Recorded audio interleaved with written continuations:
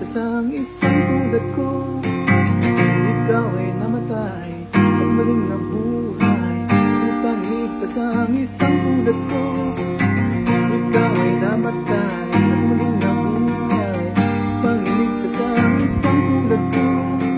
Ikaw ay namatay at muling nabuhay upang iligtas ang isang tulad ko. Kasi